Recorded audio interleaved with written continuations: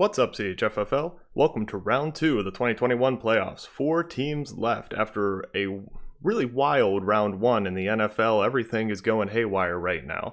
I went 3-1 with my predictions, though, taking me to 60 and 28 on the season. It was a very weird week, so many players missing, a lot of booms, but a ton of people busting or just not playing at the last second. If you had a bye, you were very happy, such as Mark, who was team of the week with his comfy bye. The playoff winners were Max and Bannis. They advanced to round 2. Waivers this week. Big one was Swan getting Ronald Jones for 38 to replace Leonard Fournette, who's going to miss a few weeks. So Swan shouldn't see too much of a drop-off in production there. That was a good get, having that money left over. Max spent 32 on Gabriel Davis, but Gabriel Davis won't get to play this week. He's out because, like pretty much everybody, he's caught COVID. Of course, if you haven't gotten the shot, you have to follow different rules. This is for everybody's safety. The messaging on the shot has been the exact same throughout all of this, which is, of course, that you catch the virus.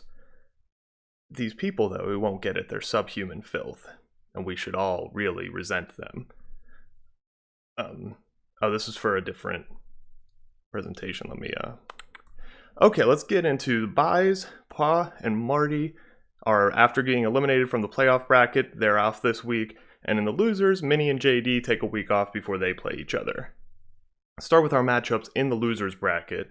First, Genie's Bunch of Good Boys versus Rick James Couch. Grant gets 18 points from his kicker and defense, so he knows he has a good floor there. That's solid. And Alexander Madison's going to step up. He's going to be an RB1 with Dalvin Cook out for COVID. Wes, with tight end position, is shaky. No Hawkinson, no Freiermuth. He's down to a fill-in tight end. But Mahomes and Tyreek Hill had a big blow-up game last week, hoping that Kansas City's figuring it out in time for the playoffs and that consistency can continue. I like Wes here. Next, my clip game champions versus Stan's Miss Neeson's Cookies. Chubb got 28 points, very nice for us, very good pickup, and then 3 other scrubs only put together 15. It's a decent score to go into Sunday, but I don't feel comfortable with only 5 players. And Josh Allen going against New England, he only put up 9 points the first time. It's a tough matchup. Stan gets 16 total from Zach Ertz and Jeremy McNichols.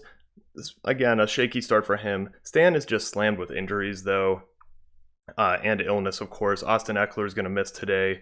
And I know Brandon Cook, he's going to need to fill in for. His 2 other starting receivers are questionable, expected to play. Don't know if they'll be limited. Because of all those injury concerns, I'm taking me to take this one, but it could really go either way. Now, into the real playoffs. In the Faculty Lounge, your conference championship is between Max's Wickers Knickers and Mark's Poppin' to the Moon. Max gets 61 points from 4 players, which for most teams would be pretty good, but he probably feels disappointed, especially only 4 points from George Kittle after he was on a big hot streak the last few weeks. And as you'll see down at the bottom here, just got word that Kelsey is not going to play. So at least he shouldn't be too bad of a position for the tight end matchup. Now Max only has Herbert against Houston, James Robinson against the Jets, and David Montgomery against Seattle, plus his defense and kicker. Those are really good matchups, and the running backs in particular could put up really big days, but I'm sure Max feels uneasy coming into Sunday with so few players left.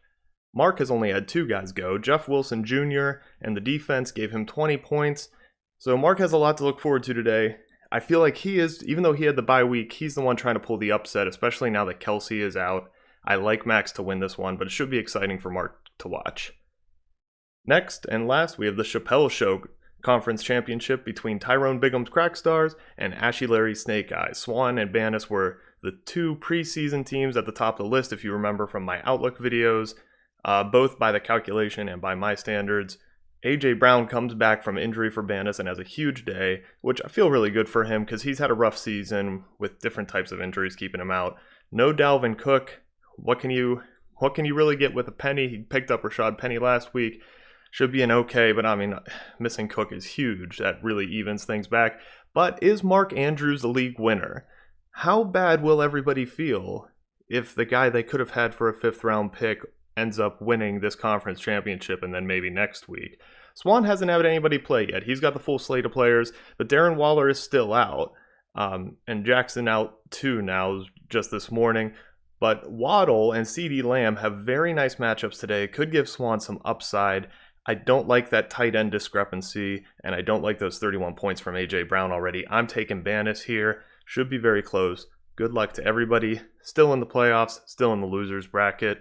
And this has been a fun year. Can't wait to see the championship next week. See ya.